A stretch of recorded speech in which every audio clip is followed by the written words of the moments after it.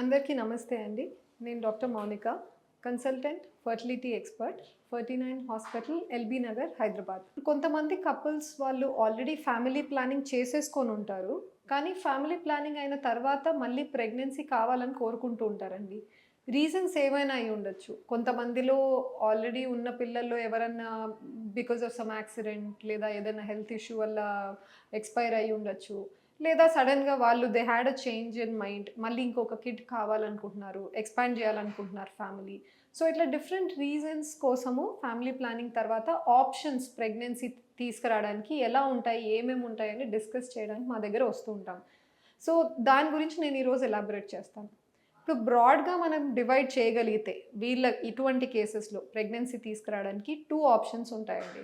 ఒకటొచ్చేసి మళ్ళీ గూడా ఆపరేషన్ చేసుకొని ఈ ఫ్యామిలీ ప్లానింగ్ సర్జరీని రివర్స్ చేసుకోవడం. అంటే ట్యూబ్స్‌ని మళ్ళీ జోడించుకొని కుట్టి మళ్ళీ ట్రై చేసుకోవడం. లేదు, ది అదర్ ఆప్షన్ ఏంటి అంటే డైరెక్ట్‌గా ట్యూబ్స్‌తో పని లేకుండా ప్రెగ్నెన్సీ ట్రై చేసే ఐవీఎఫ్ లాంటి పద్ధతికి ఆప్ట్ చేసుకోవడం. ఈచ్ ఆప్షన్‌కి వాటికి తగ్గ అడ్వాంటేజెస్, డిసడ్వాంటేజెస్ లేదా బెనిఫిట్స్, కాన్స్ అవి రెండిటికి ఉంటాయన్నమాట. ఫస్ట్ పద్ధతి గురించి మాట్లాడతాను. అంటే సర్జరీ ద్వారా వెళ్ళడం. ఈ ఆపరేషన్‌లో ట్యూబ్స్ 2 జోడించుకొని కొట్టి ట్రై చేసినప్పుడు మనకు అడ్వాంటేజ్ ఏంటి అంటే ఖచ్చితంగా మనకున్న అడ్వాంటేజ్ మీద రిపీటెడ్‌గా వాళ్ళు న్యాచురల్‌గా ప్రెగ్నెన్సీ రావడానికి అవకాశం ఉంటుంది. అది ఖచ్చితంగా ఉన్న అడ్వాంటేజ్ అండి. లేదు, డిసడ్వాంటేజెస్ ఏంటి? We have quite a few. First disadvantage ఏంటి అంటే సక్సెస్ రేట్ తక్కువ ఉంటుంది. ఇలా జోడించుకొని కుట్టుకున్న తర్వాత కూడా ఇమ్మీడియట్‌గా సర్జరీ సక్సెస్ అయిపోయింది అని డాక్టర్ డిక్లేర్ చేయరు. సర్జరీ అయిన తర్వాత కూడా ఆ గాయం అన్నది మానడానికి టైం ఇచ్చి ఒక 1 మంత్ తర్వాత ట్యూబ్ టెస్ట్ చేసుకోండి మళ్ళీ. ఆ ట్యూబ్ టెస్ట్‌లో మనకి ట్యూబ్స్ ఓపెన్ ఉన్నాయా లేదా మళ్ళీ బ్లాక్ అయిపోయాయా అన్నది బయటపడుతుందని చెప్తారు. సో, ఇది కొంచెం అన్‌సర్టెనిటీ ఉంటుంది. సెకండ్ ప్రాబ్లమ్ ఏంటి అంటే రేపు మీరు ఈ పద్ధతి అంతా ట్యూబ్స్ కూడా బాగున్నాయి, ఓపెన్ ఉన్నాయని తెలుసుకున్నప్పటికీ ప్రెగ్నెన్సీ ఛాన్సెస్ మీకు పర్ మంత్ ఓన్లీ 5-8% మాత్రమే ఉంటాయి. అండ్ ప్రెగ్నెన్సీ వచ్చిన తర్వాత కూడా ట్యూబ్‌లో ప్రెగ్నెన్సీ వచ్చే అవకాశం ఎక్కువగా ఉంటుంది. ఒక స్మూత్ రోడ్ తీసుకున్నారనుకోండి, కార్ ఈజీగా వెళ్తూ ఉంటుంది. ఎక్కడన్నా స్పీడ్ బ్రేకర్ వస్తే స్లో డౌన్ అవుతుంది. ఎంబ్రియో కూడా అలానే. ఎంబ్రియో ట్యూబ్‌లో గుడ్డు కణం కలిసి తయారైన తర్వాత ట్యూబ్‌నంతా ట్రావెల్ చేసుకుంటూ గర్భసంచిలోకి వచ్చి అతుక్కుంటేనే మనకు హెల్తీ ప్రెగ్నెన్సీ అన్నది వస్తుంది. లేదు, ఈ ట్యూబ్ కుట్టిన చోట ఒక రోడ్ బ్లాక్ లేదా స్పీడ్ బ్రేకర్ లాగా ఉంటుంది. సో, అక్కడ స్లో డౌన్ అయ్యి ఎంబ్రియో అక్కడే అతుక్కునే ఛాన్సెస్ ఉంటాయి. అలా వస్తే మీకు ఎక్టోపిక్ ప్రెగ్నెన్సీ రిస్క్ హై ఉంటుంది. మిగతా లేడీస్ కంటే పోలిస్తే మీ కేసెస్‌లో కొంచెం హయ్యర్ రిస్క్ ఉంటుంది. ఇది another disadvantage. Coming to type of cases. ఈ ట్యూబెక్టమీ ఎలా అయ్యింది? సిజేరియన్ టైంలోనే జరిగిందా? డెలివరీ టైంలో జరిగిందా?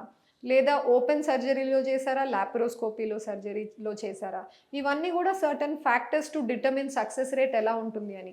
ఎవరిలో అయితే 2 ఆర్ మోర్ సిజేరియన్స్ అయిన తర్వాత ఫ్యామిలీ ప్లానింగ్ చేసుకున్నారో ఈ సర్జరీ బదులు ఐవీఎఫ్ లాంటి ఆప్షన్‌ని ఆప్ట్ చేసుకోవడం బెటర్ అంటాం. ఎందుకంటే మీద సర్జరీస్ జరుగుతాయి. లోపల అతుకులు చేరుకొని ఉంటాయి. సర్జరీ పర్ఫార్మ్ చేయడం కూడా చాలా కష్టంగా ఉంటుంది.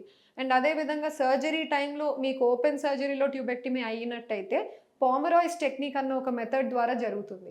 దీంట్లో చాలా పార్ట్ ఆఫ్ ద ట్యూబ్ తీసేస్తారు. సో, అల్టిమేట్‌గా మిగిలిన ట్యూబ్‌లు మీరు కుట్టుకున్నా కూడా లెంత్ ఆఫ్ ట్యూబ్ చాలా చిన్నగా ఉంటుంది. ఓవరీ వరకు చేరుకోలేని పరిస్థితి. సో, ఇటువంటి డిసడ్వాంటేజెస్ ఉంటాయి కాబట్టి అసలు ఏ పద్ధతి ద్వారా మీకు ఫ్యామిలీ ప్లానింగ్ అయింది? ఫ్యామిలీ ప్లానింగ్ అయ్యి ఎన్ని సంవత్సరాలు అవుతుంది? ఇవి ఎన్నో ఫ్యాక్టర్స్ ద్వారా మీరు సక్సెస్ రేట్ ఎంత మాత్రం ఉండొచ్చు ఇటువంటి పద్ధతి ద్వారా అన్నది మీ క్లినిషియన్ మీకు ఎక్స్‌ప్లెయిన్ చేయగలుగుతారు. దిస్ ఆల్టర్నేటివ్ ఇది పక్కన పెట్టినట్టయితే the other option is test tube baby పద్ధతి. ఈ టెస్ట్ ట్యూబ్ బేబీ పద్ధతిలో ట్యూబ్స్ అవసరం లేకుండా మనం ట్రీట్మెంట్ చేస్తున్నాం కాబట్టి ట్యూబ్స్‌ని మళ్ళీ జోడించుకొని సర్జరీ వెళ్ళాల్సిన అవసరం లేదు. డైరెక్ట్‌గా అండాశయాల నుంచి గుడ్లు తీసి భర్త కణాలు ఇంజెక్ట్ చేసుకొని ఎంబ్రియో తయారు చేసుకొని తయారైన ఎంబ్రియోని లేడీ గర్భసంచిలో డిపాజిట్ చేస్తున్నాం. సక్సెస్ రేట్ కూడా ఈ పద్ధతిలో హై ఉంటుందండి. ఎంత అంటే మీకు ఆల్మోస్ట్ 60% దాకా ఉంటుంది. Advantage is higher success rate. Surgery అవసరం లేదు. సో, ఈ అడ్వాంటేజెస్ ఖచ్చితంగా ఉంటాయి. ఐవీఎఫ్‌కి కూడా డిసడ్వాంటేజ్ అస్సలు ఉండదా అంటే నో అండి. ఒక డిసడ్వాంటేజ్ ఏంటి అంటే నేనన్నట్టు ఈ 60%లో మీరు హ్యాపీగా వచ్చి సక్సెస్ అయితే వెరీ గుడ్.